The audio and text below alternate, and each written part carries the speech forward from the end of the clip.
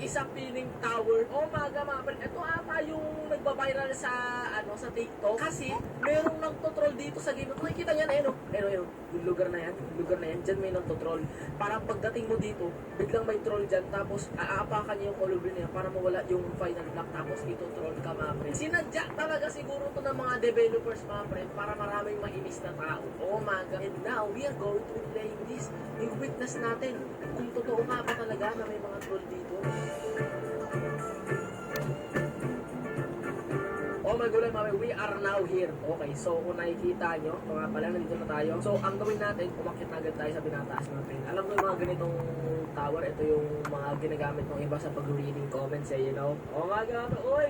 Alam mo yun, oh my God, nakakamiss yung reading comments era dati ng TikTok. You know, ang dami nagagawa ng reading comments nun. Ngayon, konti na lang ata, mga friend. Yo!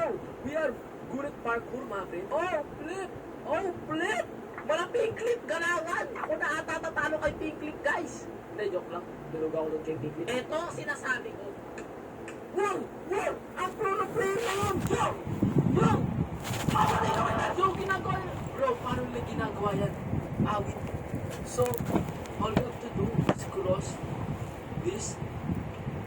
Wow! We did it!